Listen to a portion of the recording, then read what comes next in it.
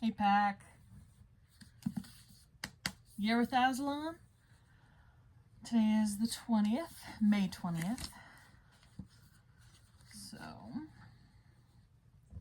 let's see what it says. Quick closing. Something, I'm off today. I'm like, I feel like I can't, everything feels awkward. Let's see. What your friends really think. Yikes.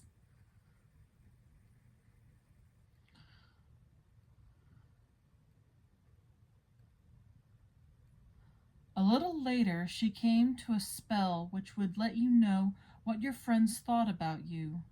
And all in a hurry, for fear her mind would change, she said the words, "Nothing will induce me to tell you what they were." Then she waited for something to happen. And all at once she saw the very last thing she expected, a picture of a third-class carriage in a train, with two schoolgirls sitting in it.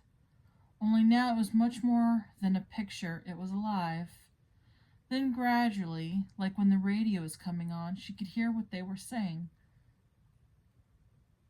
"Shall I see anything of you this term?" said Anne, "or are you still going to be all taken up with Lucy Pevensey?" "Don't know what you mean by taken up," said Marjorie. "Oh, yes, you do," said Anne. "You were crazy about her last term." "No, I wasn't," said Marjorie. "I've got more sense than that. Not a bad little kid in her way, but I was getting pretty tired of her before the end of term." "Well, you jolly well won't have the chance any other term," shouted Lucy. "Two-faced little beast." But the sound of her own voice at once reminded her that she was talking to a picture and that the real Marjorie was far away in another world. "Well," said Lucy to herself, "I did think better of her than that, and I did all sorts of things for her last term, and I stuck to her when not many other girls would, and she knows it too. And to Anne Featherstone, of all people, I wonder are all my friends the same? There are lots of other pictures. No, I won't look at any more. I won't. And with a great effort she turned over the page, but not before a large, angry tear had splashed on it. The Voyage of the Dawn Treader. Gosh, I remember this part. It's just upsetting. Would you have been able to resist the spell or resist looking at the other pictures on the page? Would I? Like, it is a great temptation to know what people think about you. I guess I would say I wouldn't have been able to resist. I wanna say I could. I wanna say that I could have resisted and I would have just ignored it. But with my own insecurities that I deal with and what I already think of myself in the negative, I think I would be looking to confirm it. How are we sometimes better off not knowing everything? I mean, it's what we don't know that helps us sleep at night, I think. I don't know. Here's the thing. We all think bad thoughts towards people at some point. So in that way, we are better off not knowing. But if that's the norm, if that's how she talks about her on the norm, and how that person feels about her, then it's kind of better that she knows. Because why would you want to give that energy and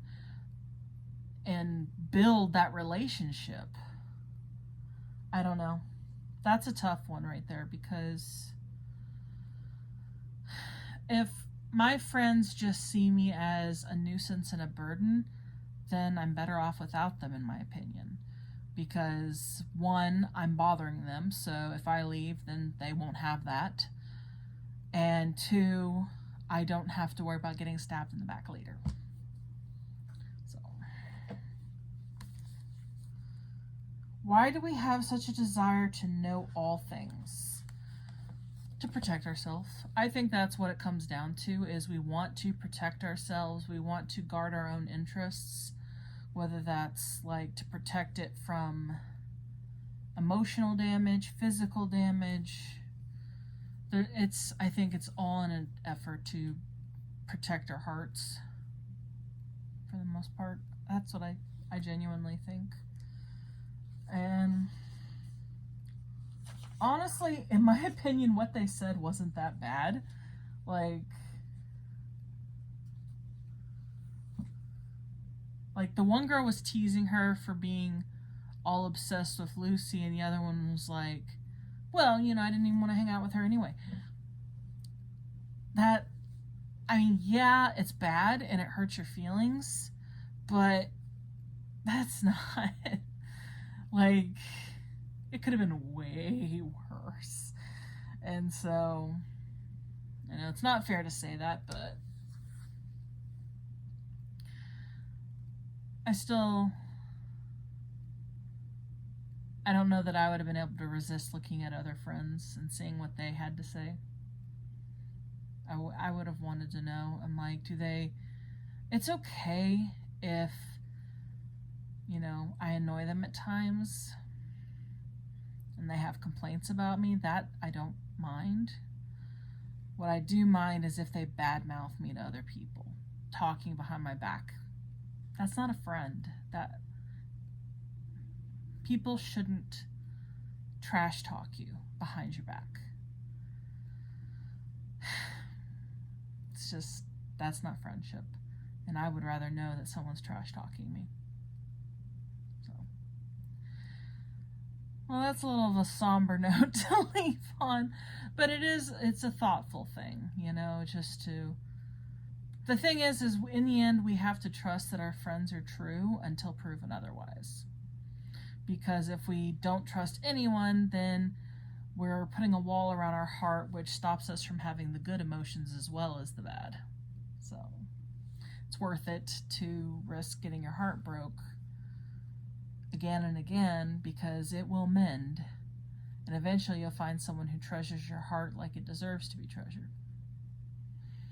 But until next time, howl at the moon. Bye.